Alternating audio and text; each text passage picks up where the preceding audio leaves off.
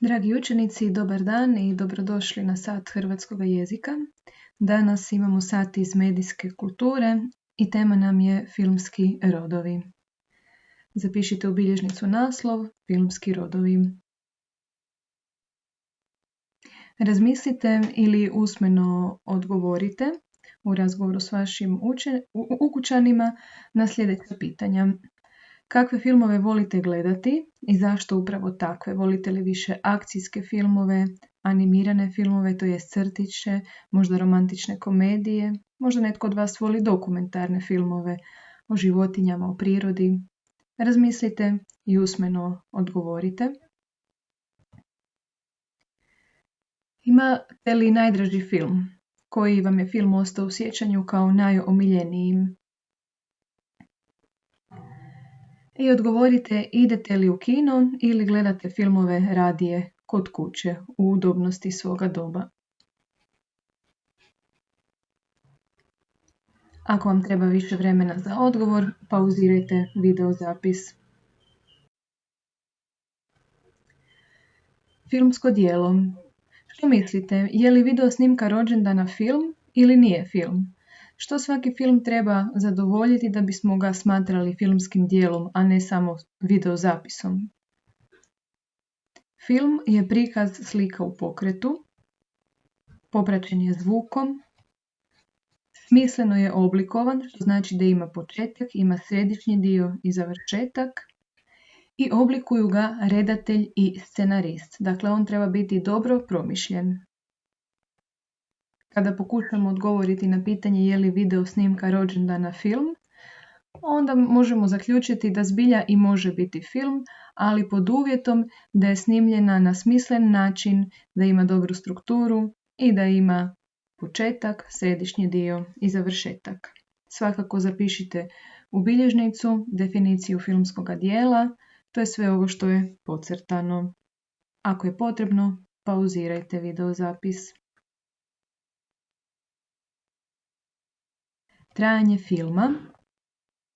Primijetili ste da filmovi ne traju jednako. Mi najčešće gledamo upravo one filmove koji traju oko 90 minuta, ali filmovi mogu trajati i do 20 minuta i tada ih nazivamo kratkometražnim filmovima ili kratkim filmovima. Oni koji traju oko 90 minuta, znači sat i pol vremena, to su dugometražni ili cijelovečernji.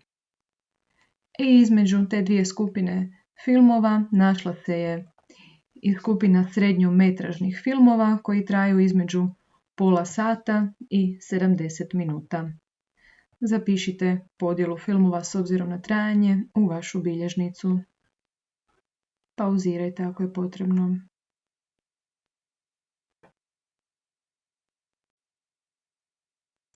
Namjena filma. Kada razmišljamo o tome zašto sve filmovi nastaju, možemo primijetiti da je više razloga.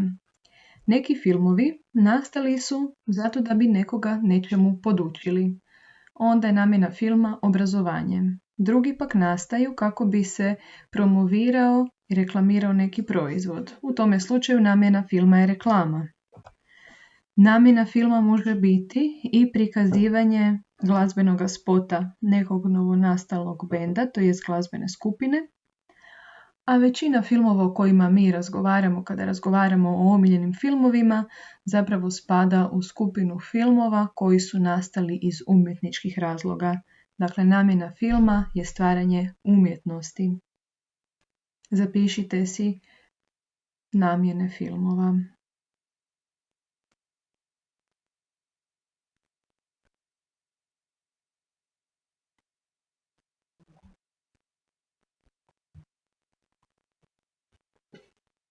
Donosim vam naslove 4 različitih filmova. Amurski tigar, Put do svete planine, zatim Koko i duhovi, pa Profesor Baltazar, Čudotvorni kotač i Koraci. Ta se 4 filma veoma razlikuju i po namjeni i po trajanju, a vidjet ćemo i po čemu se još razlikuju. Za sada prvi korak je da svatko od vas pogleda isječak iz svakog od ovih filmova. Dakle, u YouTube-u upisat ćete naslove i pogledat ćete 1 do 3 minute svakoga filma. Ne morate duže, tako da vam neće uzeti suviše vremena. Kada prezentacija bude gotova, možete odabrati jedan od ovih filmova i pogledati ga u cijelosti.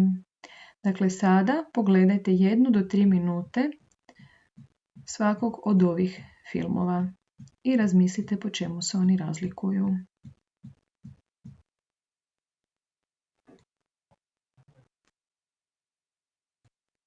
Nakon što ste pogledali isječke iz filmova, prepišite u bilježnicu ovu tablicu i ispunite ju.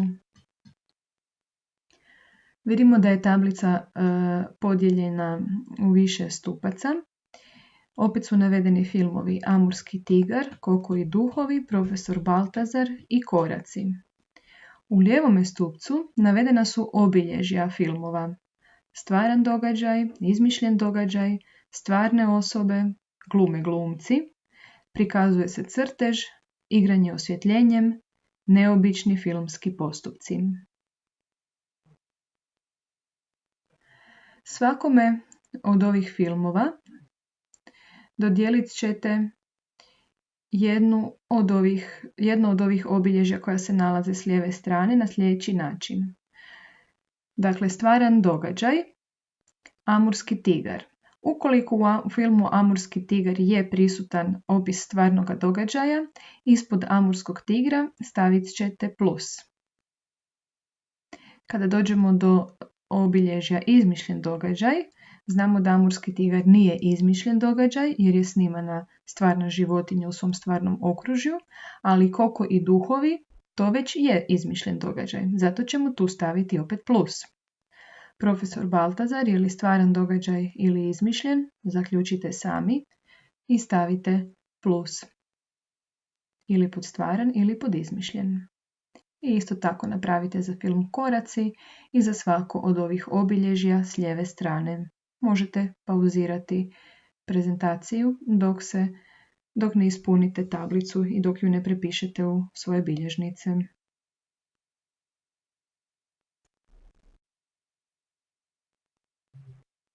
S obzirom na prethodna obilježja filmova, možemo zaključiti da ukupno razlikujemo 4 filmska roda.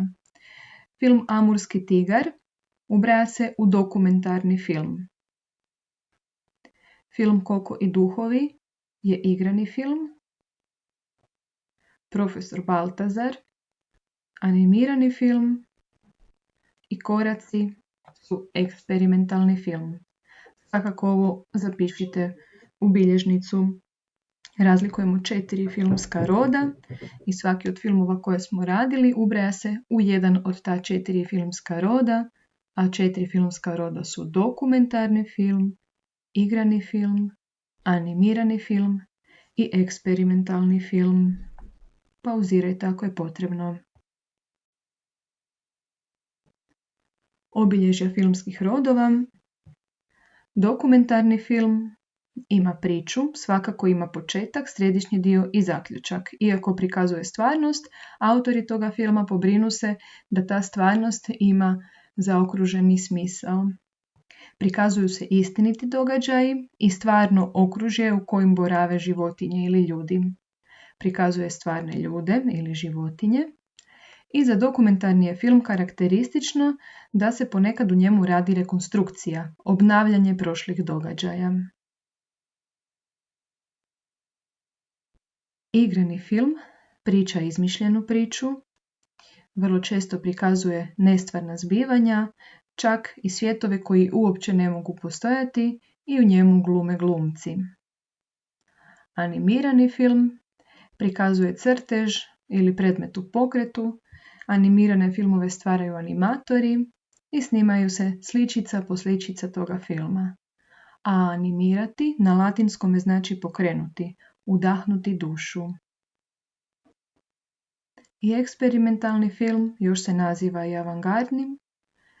To je izmaštano i pjesnički nadahnuto djelo, najčešće je vrlo kratak i u njemu autori iskušavaju različite filmske postupke, igraju se bojom, zvukovima, imaju neobične kadrove, neobične videozapise. Ovo ne morate zapisivati, a ako netko želi, može slobodno. I usmeno pokušajte odgovoriti na ova pitanja. Što je to film? Ako se ne možete sjetiti, vratite prezentaciju ili pogledajte u bilježnicu što ste upisali. Navedite podjelu filmova s obzirom na trajanje. Razmislite koju namjenu mogu imati filmovi. I odgovorite na pitanje koji su temeljni filmski rodovi. Prisjetite se njihovih obilježja. Hvala vam na pažnji.